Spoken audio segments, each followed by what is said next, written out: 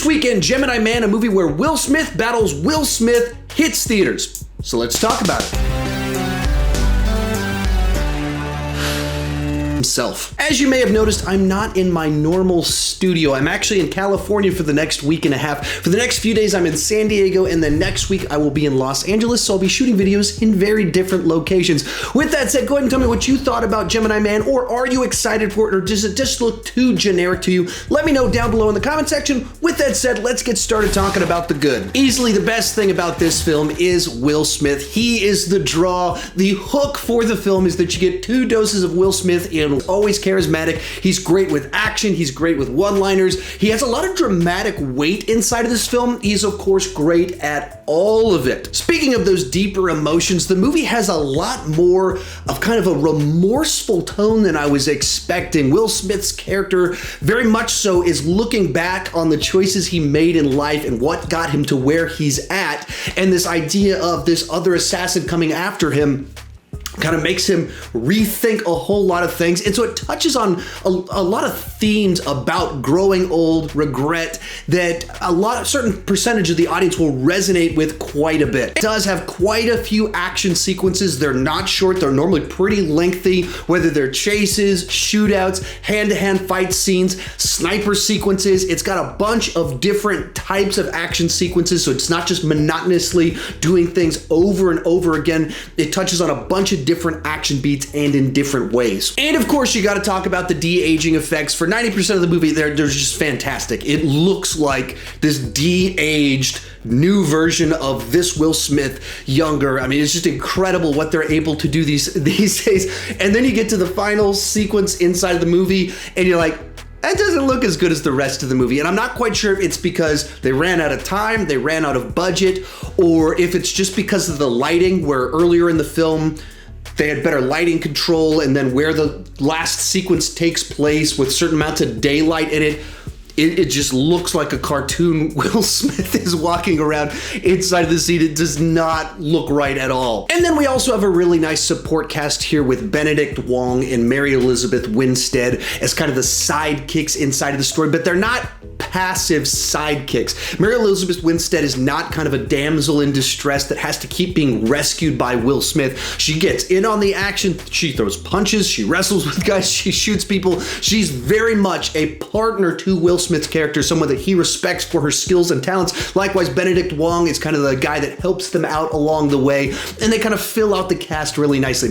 With that said, let's move on to the mixed aspects of the film. The first thing that comes to mind is that this is very much a 90s style action thriller, which those were my formative years. I love 90s action movies. The idea of a 90s action movie in the year 2019 with 2 different Will Smiths sounds amazing to me. But on the other side to that, it feels like a script that just kind of sat on the shelf for 20 years until the technology allowed them to pull off what they were able to do with this film. There's no innovation inside of it. There's no modernization. It's not like it would have been a great movie in the year 1998. It just feels like an old throwback film that was just a generic script that the technology finally got where they can do it. So while I appreciate that it is a style of movie that I really like, it's not adding anything to the genre. The other mixed thing here is the action itself. Ang Lee, the director, tried to do some different stuff with the frame rates. Depending on where you see it, it's in 3D, it's 120 frames per second. Normally movies are 24 frames per second. So a bunch of crazy stuff to try and do something new with the way the action looks. And you can tell that. You can see the innovation in what they're trying to do. It's wide angle shots. You can see what's happening inside of it. But there's also something about the way people move in these sequences that just, it looks weird. Because they're doing something innovative, because they're doing something different, and it didn't quite look right to me. And also they're doing stunts that you could tell they were doing a mix of practical stunts with CGI. You couldn't pinpoint exactly what was off in what you were seeing, but you knew something wasn't right inside of what was going on in a bunch of these different sequences they were doing. And they were trying really cool stuff. I just don't think it entirely works, and it became a bit more distracting than it was cool. From there, let's move on to the bad. Now, I don't have a ton of problems with this film, but the problem I have with it is a really big one, and that's that There's just not much here that's new when it comes to the story. It's all stuff we've seen many times before and better. An assassin with a heart wants to retire.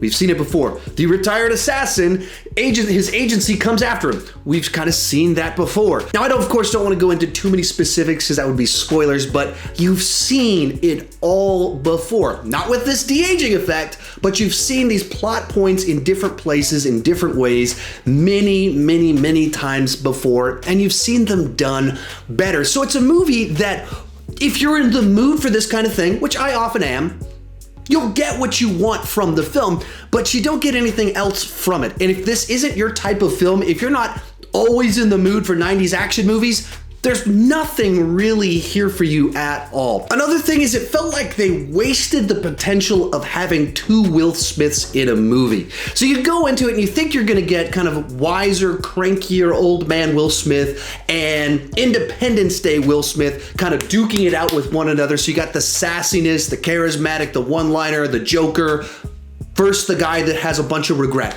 That's not really the way it plays out. They're both pretty melancholy people inside of the film. And so you have a lot of Will Smith kind of going for deep sadness with the character, but you kind of want more of Will Smith doing his thing. You get a little bit of that in here. He certainly has the charm still, but not nearly as much as you probably should have to make this movie as fun as it could have been. Finally, I think the movie was hurt by being PG-13. There's a bunch of parts in it where bullets are shot and then it cuts away before you see the action. It seems like the people that would be most excited for this movie don't want it nerfed down. The movie would have been better if it was an actual R-rated film, as you're dealing with assassins that are shooting people in the head. Real quick before I give you my final score on this one, tell me what you thought about it down below in the comments section if you've seen it, or tell me your favorite Will Smith movie. I'd love to hear your favorite. I'm a big Will Smith fan myself. As a big fan of Will Smith and action movies, I got enough out of this movie that I had a fun time with it. But if you are not a fan of 90s action movies, you can just skip this one entirely. It's a B- overall. It's a 7 out of 10 on the entertainment scale. This one is for action fans only. Remember to tell me your favorite Will Smith movie down below in the comment section. If you want more content like this, check out that video right over there. I don't even know what YouTube is recommending to you. Thank you so much for watching, and keep talking movies too much.